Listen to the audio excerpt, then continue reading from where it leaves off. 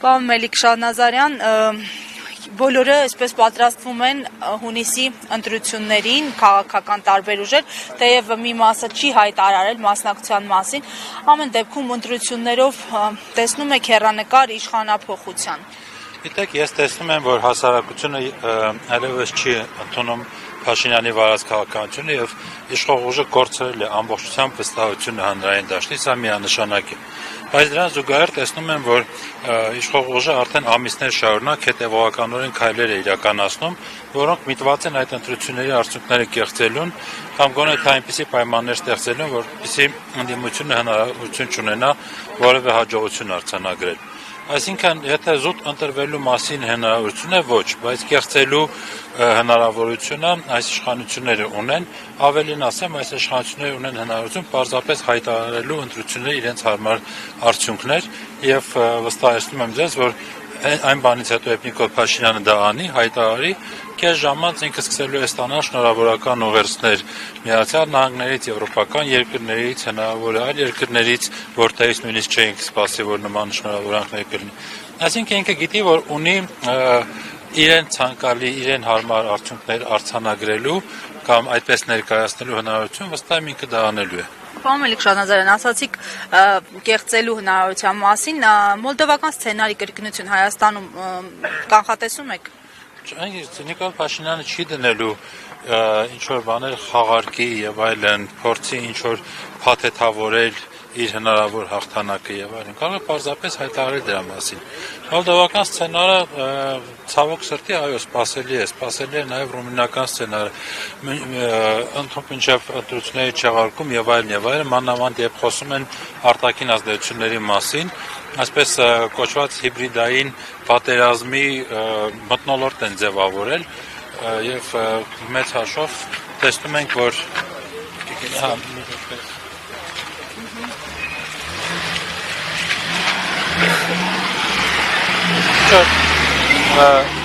պատկեր են նկարել, իբրև թե մենք ապրում ենք պատերազմական իրավիճակում, հիբրիդային պատերազմ է եւ այլն, բնականաբար հետո կարող են ասել պատերազմական իրավիճակ է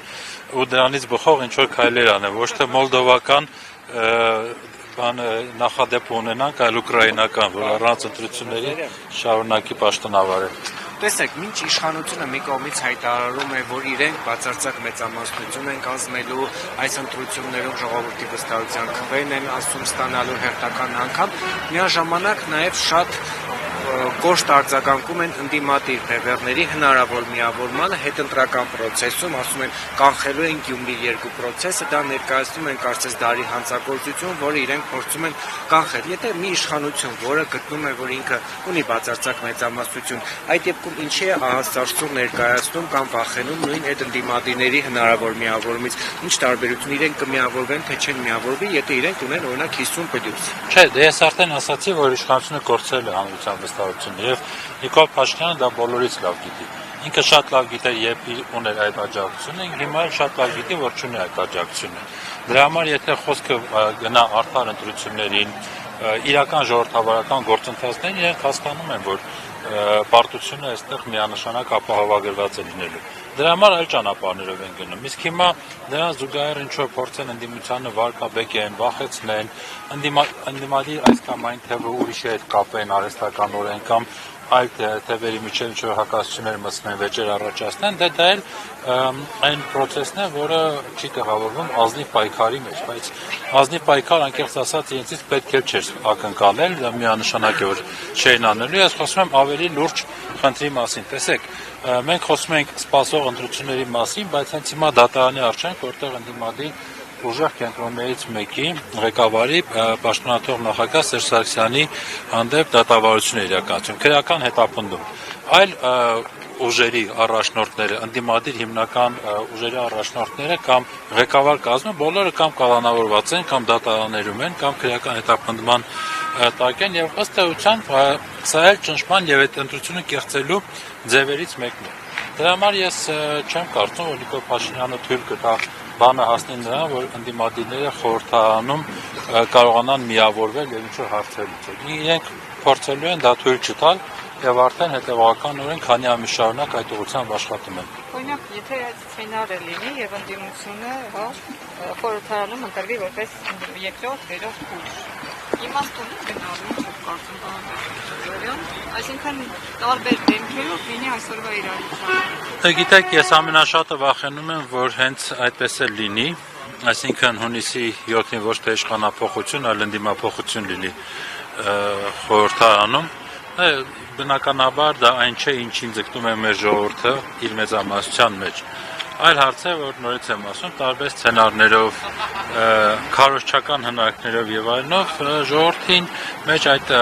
հիասթափությունն են առաջացնում բոլորի նկատմամբ համահավասար։ Եվ